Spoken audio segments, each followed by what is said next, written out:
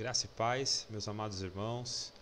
É com muita alegria que eu estou aqui mais uma vez hoje para trazer para vocês a leitura orante dos Salmos. Hoje nós vamos fazer a leitura orante do Salmo 105. E antes de começar, eu quero convidar você a curtir esse vídeo, compartilhar, comentar, ajudar a gente na divulgação da palavra de Deus, que nós possamos alcançar aí muitas pessoas por meio deste vídeo.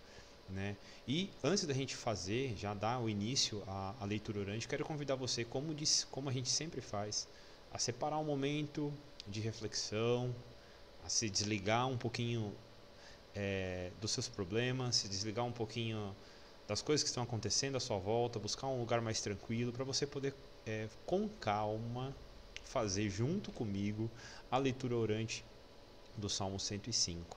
Amém? O Salmo 105, ele é um salmo um pouco maior do que a gente tem feito, dos últimos que eu tenho feito, pelo menos. Ele tem 45 versos, São 45 versos. Então a gente vai fazer uma única leitura, pausada, e nós vamos comentar depois sobre ele e vamos orar aquilo que o salmo nos comunica, por meio da sua palavra, por meio da palavra de Deus. Amém? Vamos lá, vamos fazer a leitura então? Amém. Salmo 105. Rendei graças ao Senhor, invocai o seu nome, fazei conhecidos entre os povos os seus feitos. Cantai-lhe salmos, narrai todas as suas maravilhas, gloriai-vos no seu santo nome. Alegre-se o coração dos que buscam o Senhor. Buscai o Senhor e o seu poder, buscai perpetuamente a sua presença. Lembrai-vos das maravilhas que fez, dos seus prodígios e dos juízos de seus lábios. Vós, descendentes de Abraão, seu servo, vós, filhos de Jacó, seus escolhidos. Ele é o Senhor, nosso Deus. Os seus juízos permeiam toda a terra. Lembre-se perpetuamente da sua aliança, da palavra que empenhou para 1000 gerações, da aliança que fez com Abraão e do juramento que fez a Isaque, o qual confirmou a Jacó por decreto e a Israel por aliança perpétua, dizendo: dar-te-ei a terra de Canaã como quinhão da vossa herança.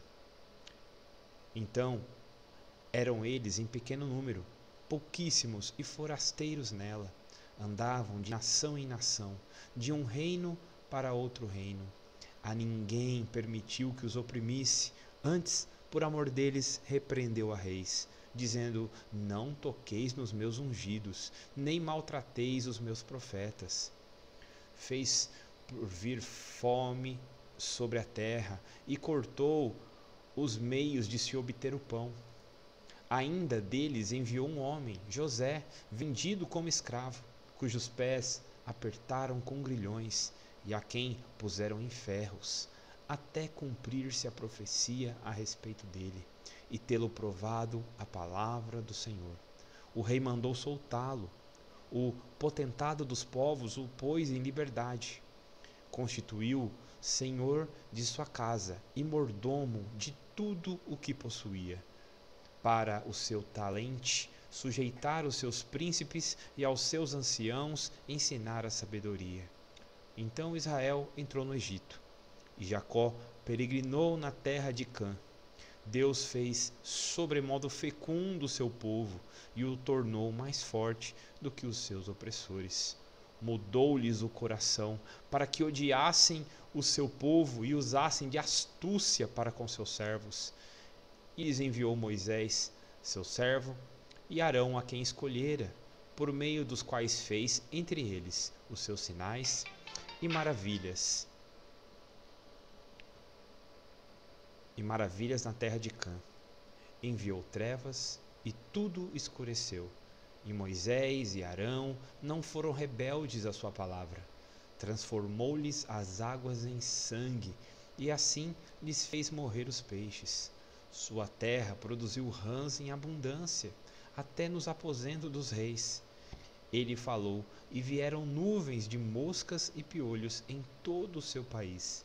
Por chuva deu-lhe saraiva, e fogo chamejante na sua terra. Desvastou-lhes os vinhedos e os figueirais, e lhes quebrou as árvores dos seus limites. Ele falou e vieram gafanhotos e saltões sem conta, os quais devoraram toda a erva do país e comeram o fruto dos seus campos. Também feriu de morte a todos os primogênitos da sua terra, as primícias do seu vigor. Então fez sair o seu povo, com prata e ouro. E entre as suas tribos não havia um só inválido. Alegrou-se o Egito quando eles saíram, porquanto lhe tinham infundido terror. Ele estendeu uma nuvem que lhe servisse de toldo e um fogo para os alumiar de noite. Pediram, e ele fez vir codornizes e os saciou com o pão do céu. Fendeu a rocha, e dela brotaram águas, que correram qual torrente pelo deserto, porque estava lembrado da sua santa palavra e de Abraão seu servo, e conduziu com alegria o seu povo, e com jubiloso canto os seus escolhidos. Deu-lhes as terras das nações, e eles se apossaram do trabalho dos povos, para que lhe guardassem os preceitos e lhe observassem as leis. Aleluia.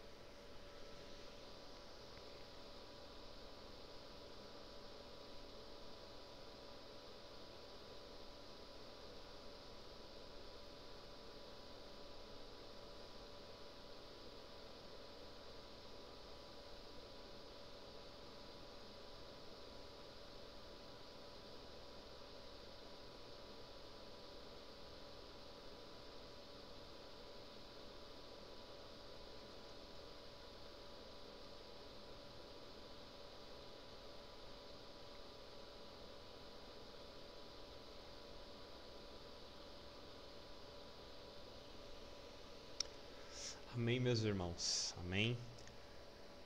Que salmo maravilhoso, né? Que salmo lindo. E ele faz a gente olhar para a aliança do nosso Deus. Faz a gente lembrar dos feitos que ele livrou o seu povo, o povo de Israel, de tantas opressões, de tantas coisas que sobrevieram a ele, mas tudo isso fazia parte dos planos eternos de Deus. Como a gente já percebeu, esse salmo é um salmo de gratidão, né? Ele é um salmo de gratidão, onde o salmista vai passando por várias partes da história do povo de Israel, trazendo a lembrança, né, como uma celebração, né? O propósito dele é um memorial litúrgico para celebrar a fidelidade pactual de Deus na história de Israel. E esse salmo ele é atribuído a Davi. Esse mesmo trecho, né, se repete lá em 1 Crônicas 16, do 8 até o 22. A gente tem parcialmente, né, eles repetem os versículos do 1 ao 15 dentro de 1 Crônicas. Então, mesmo que no livro de Salmos não fala que o 105 é atribuído a Davi, a gente tem no livro de Crônicas os 15 primeiros versos falando a respeito de Davi. Então, nós atribuímos esse salmo a Davi. Então, nós temos aqui alguns pontos muito importantes. Nós temos uma estrutura nesse salmo. São 3 estruturas básicas.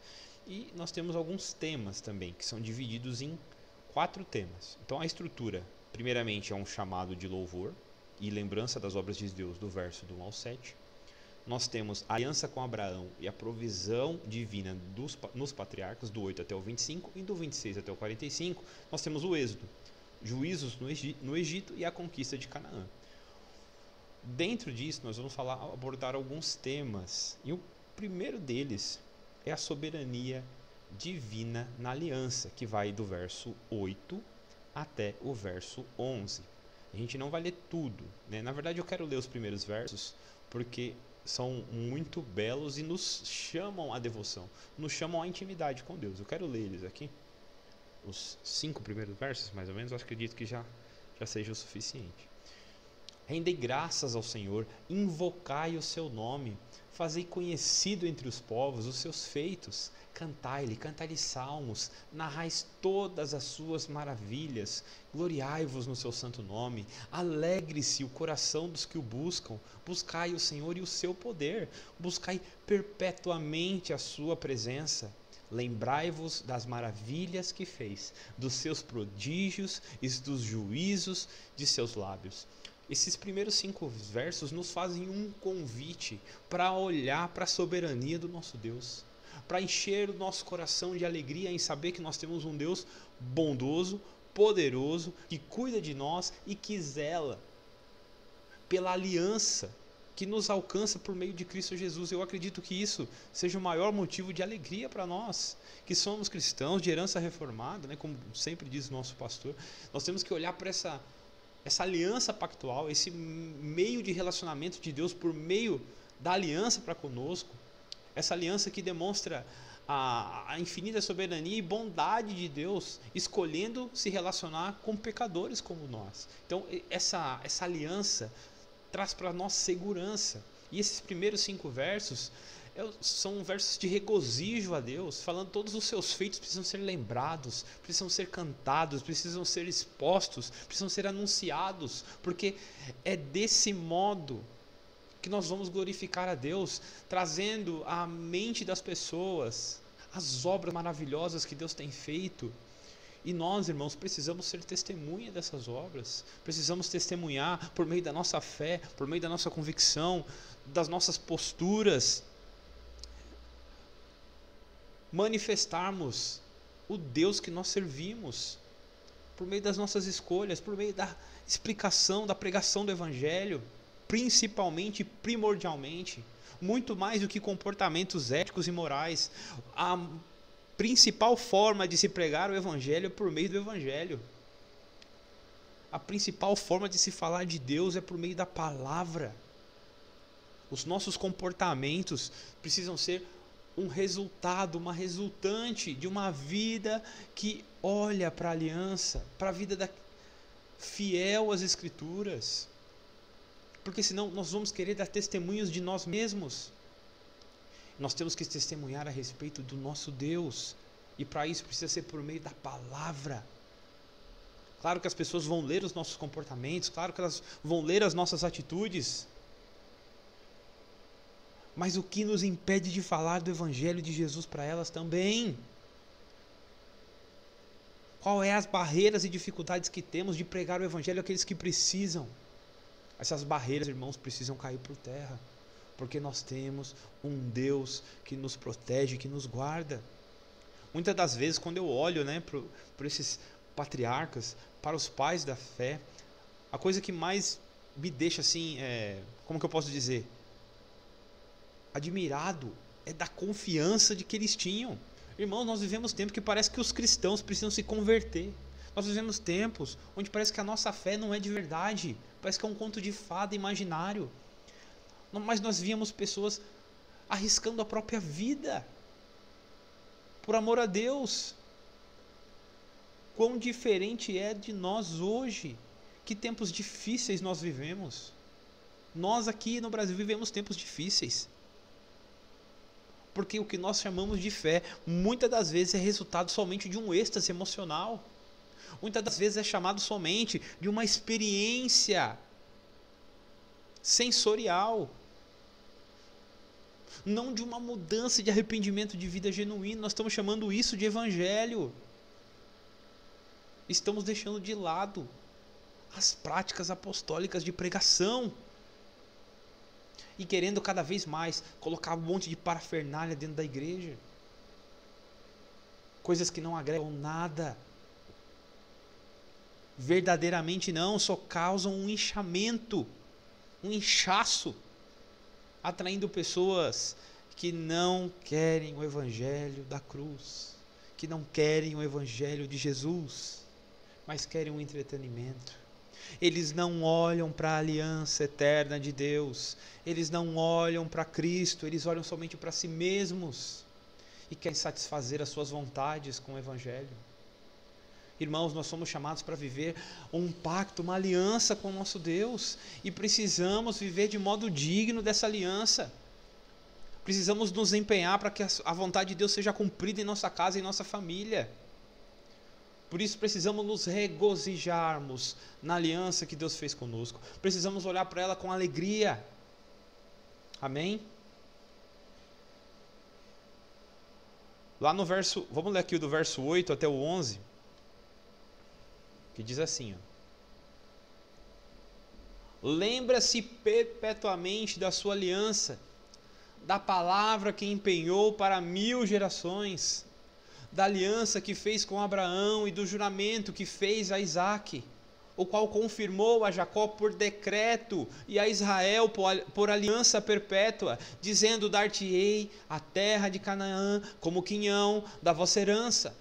É isso que precisa ser guardado dentro de nosso coração, a fidelidade do nosso Deus em permanecer a aliança, em sustentar a aliança.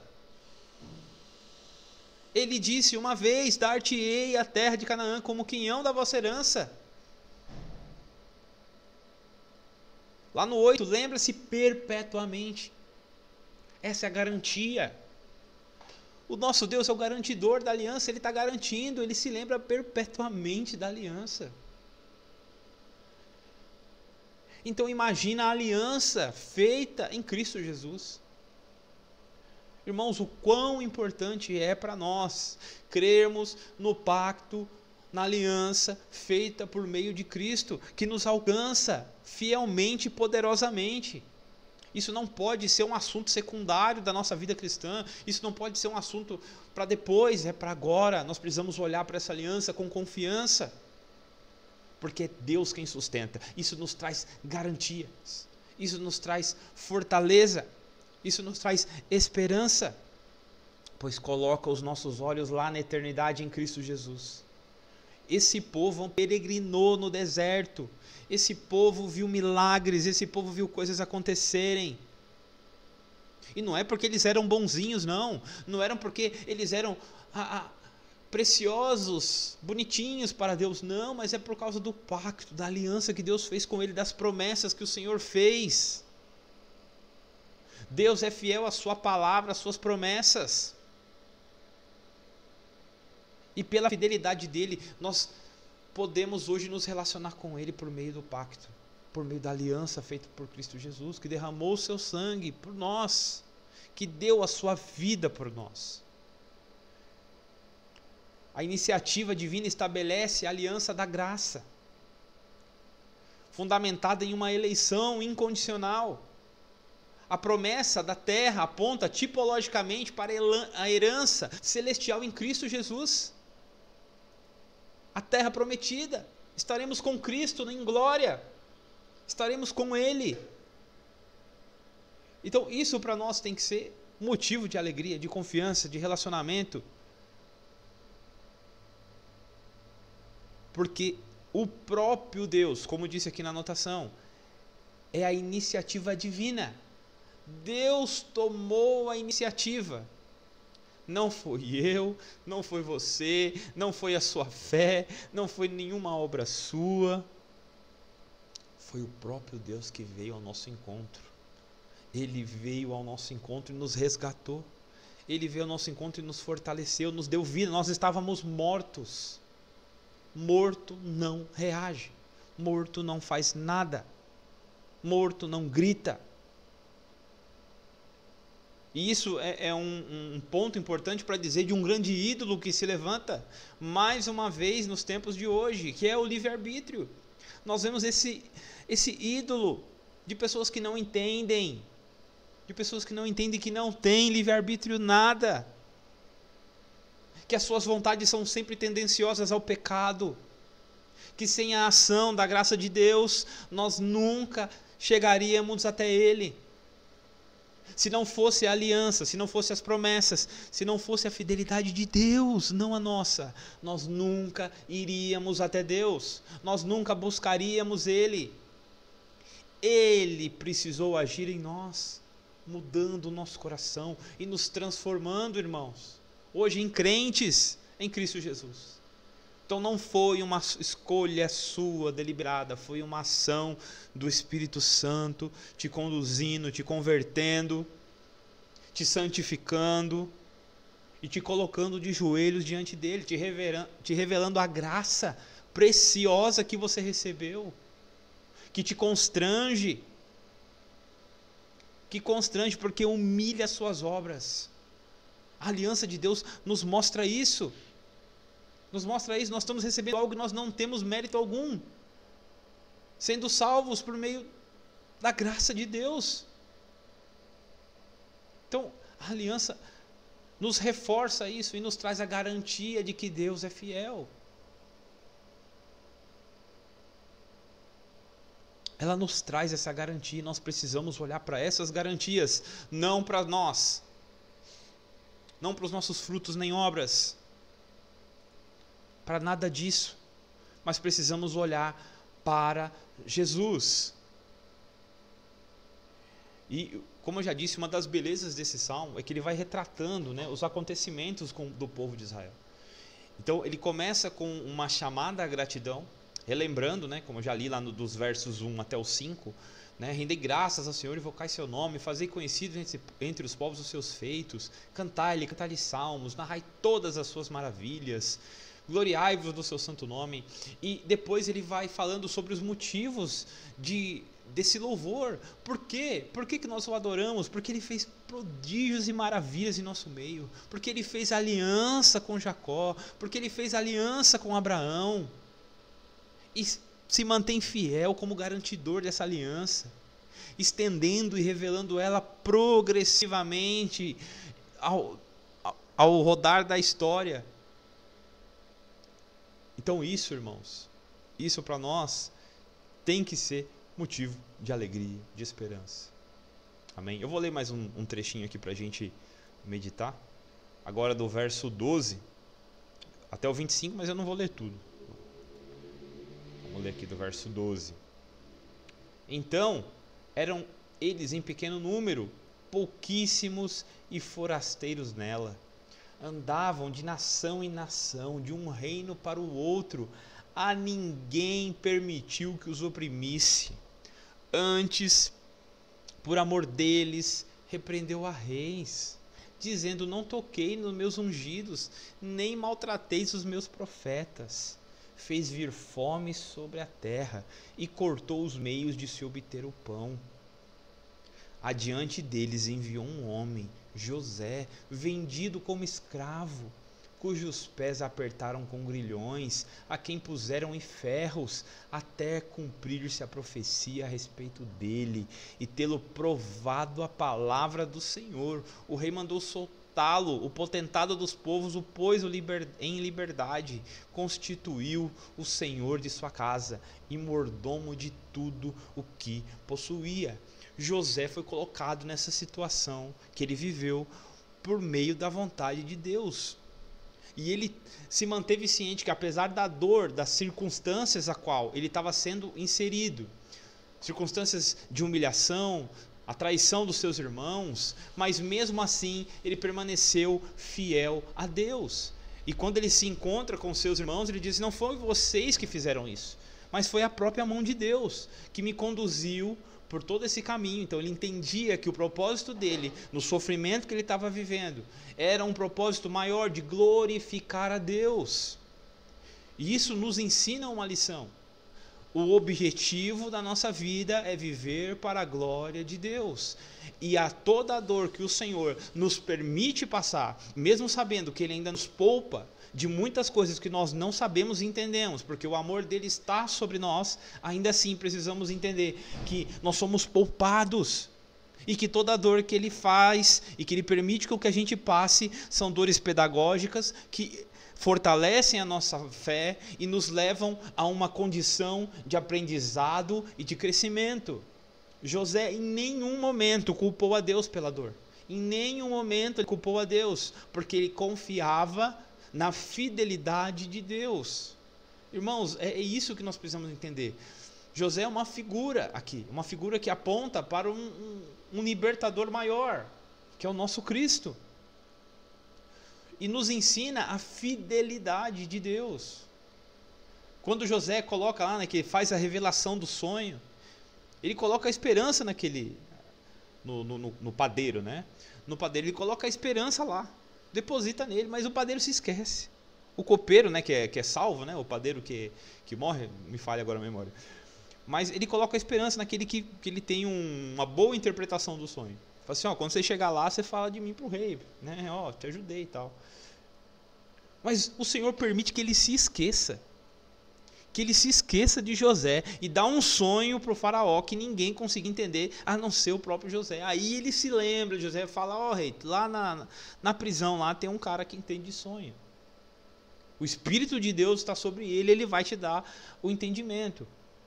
Então assim, a nossa esperança precisa estar na aliança, precisa estar em Cristo, em Jesus, nas suas promessas de vida eterna, de salvação, para que a gente não se iluda nesse mundo encantado e tire os nossos olhos daquilo que é primordial, que é permanecer fiel à vontade de Deus para nós, buscando um relacionamento, tendo uma vida de confissão e de arrependimento, lendo as Escrituras, orando uns pelos outros, orando, irmãos. Como é importante nós termos uma vida de oração, como é importante. Muitas das vezes a gente não vai conseguir estar nas reuniões de oração, mas a nossa vida particular precisa ser uma vida regada por oração, precisa ser uma vida movida por oração. O crente precisa ser movido por oração. Tudo para nós precisa ser um motivo de orar, porque orar é depositar a confiança naquele que pode. Orar não é recitar uma palavra mágica que vai produzir algum efeito sobrenatural, não é isso. Orar é depositar a confiança naquele que pode. É falar, Senhor, eu não posso, mas tu podes. Mas tu podes, Deus pode todas as coisas. Pode todas as coisas. Porém, Ele não faz as coisas porque nós queremos. Ele faz as coisas no tempo que Ele acha correto. E aquilo que Ele entende que nós precisamos para o nosso crescimento. Por isso eu sempre digo isso, muitas das vezes, e repito mais uma vez, o não de Deus também é uma resposta. Quando nós oramos por algum motivo, por alguma causa que é impossível, e Deus fala não, é a vontade dEle, nós precisamos confiar que a vontade dEle sempre vai ser melhor do que a nossa, porque ela é boa, perfeita, agradável, e a nossa automaticamente é o oposto. Muitas das vezes é o oposto. Então nós precisamos desse discernimento, dessa iluminação espiritual para entender que a vontade de Deus permanece sobre nós, não somente de falar, não somente porque às vezes nós entendemos intelectualmente, mas nós não cremos nisso de verdade. Nós não cremos, muitas das vezes nós não cremos. Precisamos trazer isso à nossa memória todos os dias. Deus é fiel. Deus permanece fiel eternamente, porque não pode negar a si mesmo. É isso que as Escrituras dizem. Se o negarmos, Ele também o negará, nos negará. Mas se formos infiéis, Ele permanece fiel. E nós vemos isso nas Escrituras. O povo de Israel, quantas das vezes pecou contra Deus, quantas das vezes esquecia-se do pacto, da aliança, e se prostituía com Deus, e se prostituía com ídolos. E o Senhor tinha ali os remanescentes, e Ele fazia a restauração, Ele limpava o templo, derrubava os altares, derrubava os postes ídolos, e reestruturava mais uma vez o povo de Israel. Quantas vezes nós vemos isso, irmãos? Quando nós vemos as Escrituras, e o povo ia e pecava, e Deus ia e restaurava, e o povo ia e pecava, porque Ele permanece fiel à sua aliança. Isso é motivo de confiança. Nós temos que entender esses motivos de confiança quando nós lemos as Escrituras, quando nós lemos os livros de Salmos, que nos levam a uma reflexão, que nos levam a entender como anda a nossa fé, como anda o nosso relacionamento com Deus. Precisamos entender o que nos traz confiança. É o nosso trabalho? É a nossa inteligência? É os nossos recursos? O que te traz confiança, conforto, segurança? O que é? Essa é a pergunta que eu te faço. E nós precisamos entender que o que tem que nos trazer essa confiança é olhar para Jesus Cristo, para as obras maravilhosas que Ele fez, para a obra da cruz, redentora, salvadora, maravilhosa, que nos salvou e nos trouxe para esse lugar de relacionamento com Deus, de vida verdadeira com Ele. Nós não somos mais escravos do pecado. Nós somos hoje nascidos de Deus. Nós somos nova criatura e precisamos viver em novidade de vida. Novidade de vida não é uma vida angustiada, correndo atrás do vento, mas é uma vida cheia da presença do Espírito Santo, de fé em fé. Uma vida que aponta ao arrependimento, porque não existe comunhão com Deus sem arrependimento. Sem arrependimento não existe relacionamento com Ele. O Senhor nos conduz a esse arrependimento, para que possamos crescer ainda mais na graça e no conhecimento de Jesus. Amém? Continuando aqui. Então Deus sustenta os patriarcas, demonstrando o seu governo providencial. José, vendido como escravo, é exaltado por Deus, ilustrando como a soberania divina redime o mal para o bem. Redime o mal para o bem. Deus, o autor da história, não tem nenhum único pedacinho dela que esteja fora do seu controle. Não existe uma única vírgula de tudo aquilo que aconteceu que não esteja debaixo da poderosa mão do Senhor, governando, dirigindo e permitindo aquilo que Ele quer permitir. Nós não entendemos essa dinâmica porque nós somos limitados. Nós não conseguimos entender a mente de Deus. Quem pode entender a mente de Deus? E por isso nós ficamos tentando entender o porquê das coisas. Por que isso aconteceu comigo? Por que eu estou passando por isso? Por que tanta gente morreram? Por que pessoas perdem os filhos? Por que existem tantas coisas, irmãos? Nós temos que confiar em uma coisa: Deus é bom e Ele está no controle de todas as coisas.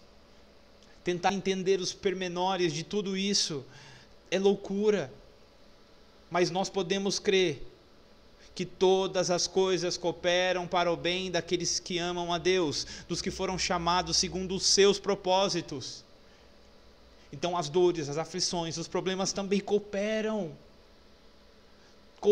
para o nosso crescimento e aproximação dEle, cooperam para o nosso amadurecimento da nossa fé. Tudo isso é o agir de Deus nos estreitando e nos conduzindo a isso, nos conduzindo ao próprio Deus. Amém?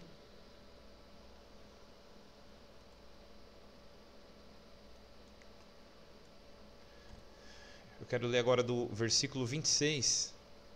Nós vamos falar sobre o juízo e a libertação. Lá no verso 26. E lhes enviou Moisés, seu servo, e Arão, a quem escolhera, por meio dos quais entre eles os seus sinais e maravilhas na terra de Cã. Enviou trevas, aqui está falando das pragas, né? E tudo escureceu.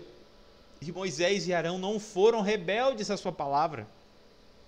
Transformou-lhe as águas em sangue, e assim lhe fez morrer os peixes. Sua terra produziu rãs em abundância, até nos aposentos dos reis. Ele falou e vieram nuvens de moscas e piolhos em todo o seu país. Por chuva deu-lhe saraiva e fogo chamejante na sua terra.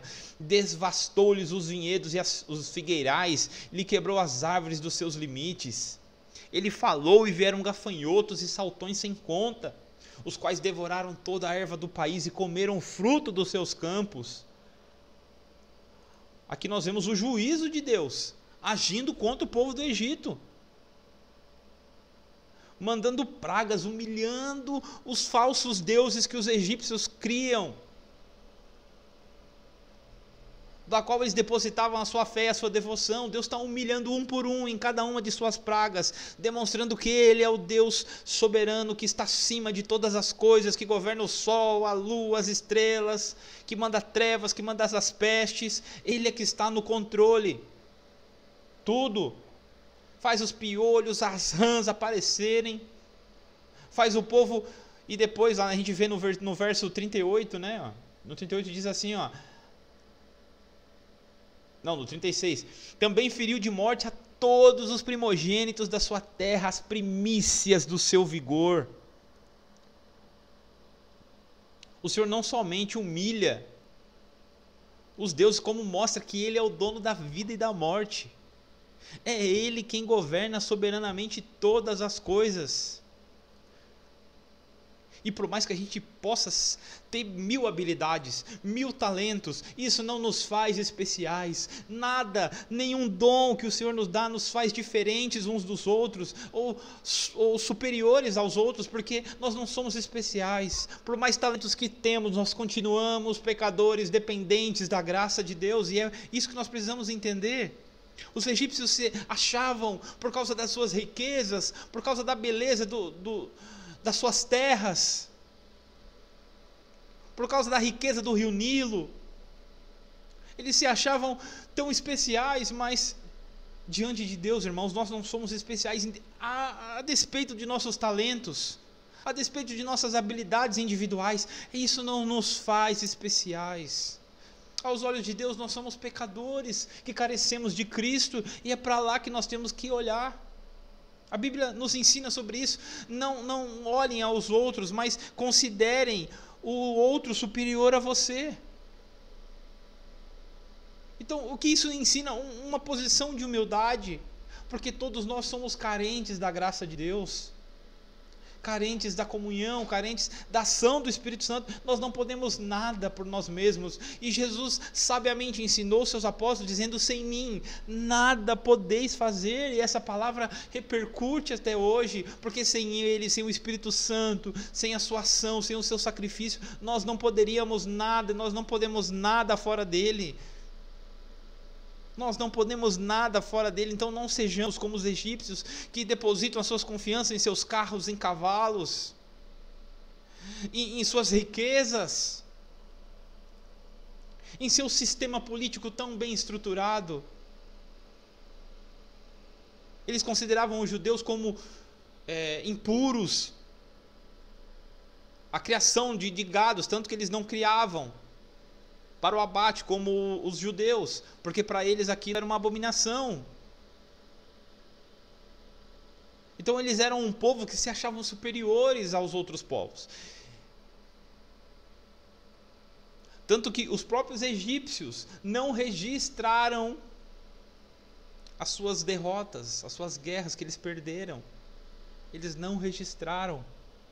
Nós não sabemos disso por causa de registros que existem do povo egípcio, mas sim por causa de outros registros, como as escrituras e outros registros fiéis que contam essa história, porque eles mesmos não registraram, porque eles eram orgulhosos demais, soberbos demais, para assumir que, por exemplo, esses eventos que nós falamos aqui das pragas, não existe registro deles, porque eles não registraram as suas derrotas. Porque registrar isso seria assumir e reconhecer que todos os seus deuses não passam de obras de homens, da imaginação e do coração perverso da humanidade.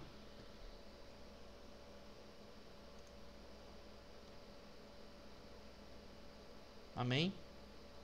As pragas são atos de justiça judicial contra a opressão. A reforma enfatiza: Deus age para glorificar o seu nome, não apenas para libertar Israel. Nós não somos o centro da história, nós somos coadjuvantes. Nós somos pequenos coadjuvantes dessa história. E nós muitas das vezes queremos ser protagonistas, mas o protagonista dessa história é o próprio Deus, é Jesus Cristo, revelando o seu nome, o seu poder e a sua glória. Ele usa sim homens, mas nós não estamos no centro, como alguns teólogos têm ensinado, como alguns pastores têm tentado colocar dentro da nossa mente, que nós somos especiais, somos cristalzinhos brilhantes aos olhos de Deus. Não, nós somos pecadores. Deus só nos olha com graça por causa do sangue de Cristo que nos cobre. Então não tenhamos de nós mesmos uma visão além da medida. Não tenhamos, irmãos, de nós mesmos uma visão errada, achando que somos bons o suficiente, porque nós nunca seremos bons o suficiente. Porque não são pelas obras, são pela graça de Jesus Cristo, pelo seu sangue derramado na cruz. Então Deus age para a glória do seu próprio nome, para que ele seja exaltado, glorificado e reconhecido como o único Deus verdadeiro. Ele escolheu se manifestar a nós. e mostrar que Ele é Deus e fora dele não há outro. E depois, lá do verso 39 até o 45, ele fala da fidelidade pactual, que é um tema que nós temos falado bastante, né? Vamos ler aqui o 39. Ele estendeu uma nuvem que lhe servisse de toldo e um fogo para os alumiar de noite. Pediram e ele fez vir codornizes e os saciou com pão do céu. Fendeu a rocha e dela brotaram águas que correram, qual torrente pelo deserto, porque estava lembrado da sua santa palavra e de Abraão seu servo, e conduziu com alegria o seu povo e com jubiloso canto os seus escolhidos. Deu-lhes as terras das nações e eles se apossaram do trabalho dos povos, para que lhe guardassem os preceitos e lhe observassem as leis. Tudo isso que o Senhor fez era para fortalecer a fé dos seus filhos, do povo de Israel nele. Tudo isso, todas essas maravilhas, essa demonstração de fidelidade, de cuidado, colocando nuvens como um todo durante o dia, protegendo do sol, e fogo durante a noite para aquecer e iluminar. Fez pão cair do céu.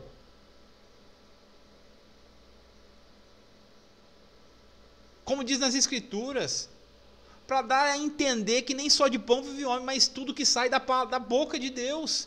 É o verdadeiro alimento que nós precisamos. É a palavra do Senhor nos instruindo, nos direcionando, nos dando propósito, nos dando direção, irmãos.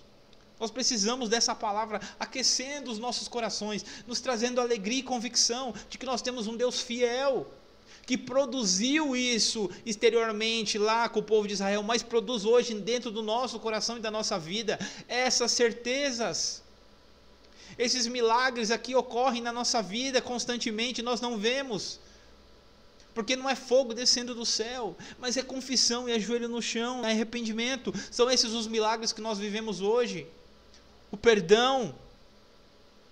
Claro que nós às vezes podemos dizer coisas, às vezes que não tem explicação, mas o mais importante de tudo é entender que Deus continua operando em nossas vidas. Deus continua conduzindo a nossa vida, porque Ele é o autor da nossa história,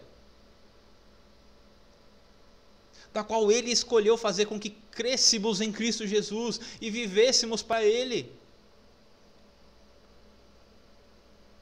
Fendeu a rocha e dela brotaram águas que correram, qual torrente pelo deserto. Saiu água no deserto, porque assim Deus quis. Ele faz isso acontecer, porque estava lembrado da sua santa palavra e de Abraão seu servo, lembrando-se do que? Do pacto, da qual ele prometeu que faria de Abraão uma grande nação. Promessa que Abraão não viu, pois só foi se cumprir ali em Moisés.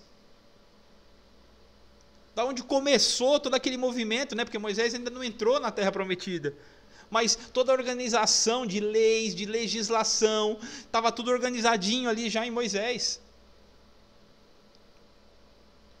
Mas Abraão não viu, mas ele permaneceu fiel, permaneceu com fé em Deus, mesmo sabendo que a sua promessa não estaria colocada diante dos seus olhos, mas pela fé ele permaneceu fiel na palavra de Deus. E conduziu com alegria o seu povo e com jubiloso canto os seus escolhidos. Deu-lhes as terras das nações, e eles se apossaram do trabalho dos povos, para que guardassem os preceitos. Tudo isso que o Senhor faz e produz em nossa vida é para que nós guardemos seus preceitos e observemos a sua lei, observemos a palavra. Porque tanto o Antigo quanto o Novo Testamento são palavra de Deus para nós. Não é um mais espiritual que o outro. Não, esse aqui é mais importante. Não, ambos são palavra de Deus revelada para nós, o Antigo e o Novo Testamento.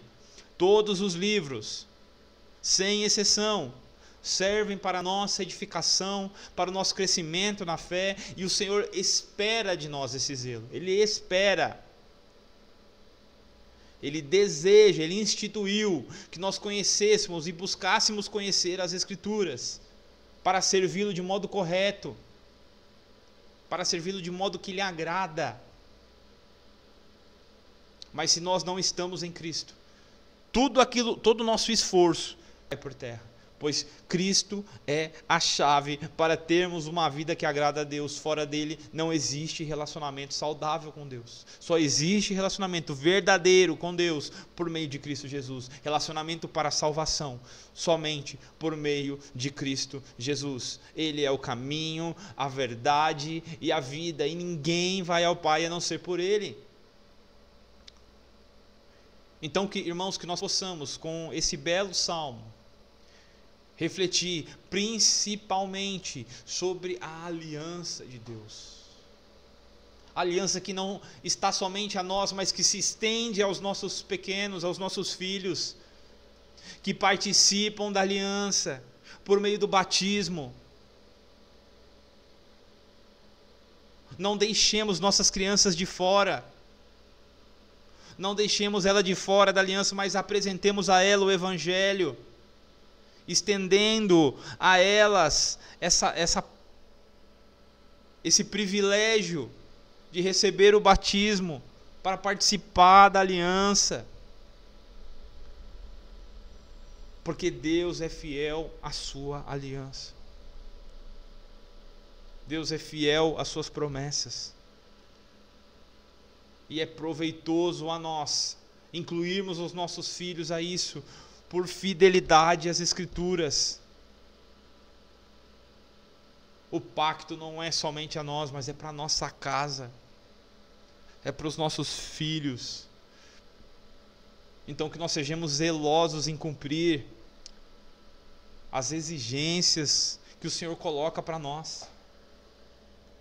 Que nós possamos, irmãos, olhando para a aliança, regozijarmos o nosso coração, mantermos confiança e esperança em Deus, sabendo que Ele é fiel, sabendo que Ele não vai nos abandonar, que Ele vai estar conosco no meio das dores e das tribulações, que Ele vai nos dar sabedoria, vai nos dar força, vai nos dar inteligência, vai nos dar saúde nos momentos que for preciso.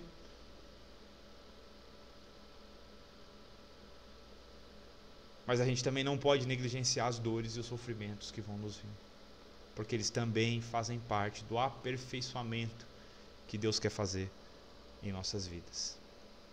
Amém, meus queridos? Acho que eu até falei um pouco demais. Eu agradeço, se você ficou até aqui, eu quero agradecer a sua presença, que o Senhor possa continuar falando ao seu coração por meio dessa palavra, né, que é o Salmo 105, que Ele possa continuar nos instruindo, que Ele possa continuar nos conduzindo ao arrependimento, a esse lugar de contrição, que nós possamos olhar com gratidão, com esperança a aliança, porque ela é uma demonstração da fidelidade, do pacto que o Senhor tem com o seu povo, com a sua igreja, né? E que nós possamos guardar o nosso coração nesse lugar de confiança, sabendo que o Deus que prometeu, Ele é fiel para cumprir. Amém, querido? Se você ficou até aqui, curta esse vídeo, compartilhe, pode comentar, né? Eu sempre curto, não comento, mas geralmente eu curto, e eu agradeço mais uma vez essa oportunidade, né? Que o Senhor continue nos abençoando e nos capacitando. Amém? Quero orar junto com vocês, para a gente finalizar a nossa leitura orante. Amém? Senhor Deus, nosso Pai, nosso coração se alegra, Pai, quando nos lembramos dos Teus feitos, quando nos lembramos, Senhor Deus, do Teu pacto, quando nos lembramos, Senhor Deus, dos Teus prodígios e maravilhas que o Senhor faz no meio da Sua igreja. Nós queremos, Pai, anunciar o Teu nome, queremos bendizer o Teu nome e queremos, Senhor Deus, pedir a capacitação, que o Senhor nos capacite a pregar o Evangelho, que o Senhor nos instrua, que o Senhor nos ensine, que o Senhor nos conduza, colocando, Pai, em nossa boca as palavras que precisamos falar, para que nós possamos, Senhor Deus, com fidelidade, anunciar o Teu reino, anunciar quem o Senhor é de modo correto, não segundo nossas percepções, mas segundo a Sua palavra. Senhor, com o mesmo zelo que o Senhor tem pelo povo de Israel, tinha lá atrás, tem conosco hoje por meio de Cristo, por meio da aliança maravilhosa, perfeita, que o Senhor fez por meio de Jesus, e nós nos alegramos nessa aliança, porque ela excede a todas, muito excede a aliança que temos hoje em Cristo Jesus a todas as alianças anteriores. porque ela produz em nós verdadeira transformação e salvação, coisa que o homem não poderia alcançar nunca por meio de suas obras. Por isso nós nos alegramos hoje e olhamos por esse pacto, Senhor, porque sabemos que o Senhor é fiel. Ainda que sejamos falhos, fracos, pecadores, o Senhor permanece o mesmo. O Senhor não muda e nunca mudará. A sua palavra nunca retorna vazia, mas sempre cumpre aquilo que o Senhor determinou. Então nós descansamos, Pai, e pedimos a Ti, nos coloque nesse lugar de descanso, nos dá confiança, nos dá segurança, para sabermos que é o Senhor quem conduz a nossa vida, não somos nós mesmos, que nós não temos controle de nada, mas precisamos da Sua mão, precisamos da Sua ação sobre nós, Senhor. E que nós possamos, Senhor, olhar para os Teus preceitos, olhar para a Tua lei, Senhor Deus, e nos alegrarmos nela, Pai, porque sabemos que os Seus preceitos são puros, são eles que acalentam a nossa alma, que nos dão alegria verdadeira e regozijo, Pai, que nós possamos verdadeiramente meditar, Senhor Deus, na Sua palavra, meditar nos Seus feitos, e viver uma vida, Senhor Deus, segundo a Tua vontade. É o que eu oro, Senhor Deus, e Te agradeço, no nome santo do Seu Filho amado Jesus. Amém, queridos, mais uma vez, obrigado, que o Senhor abençoe a todos nós, e nos dê uma boa noite de sono e de descanso. Até mais, fiquem com Deus, e até a próxima.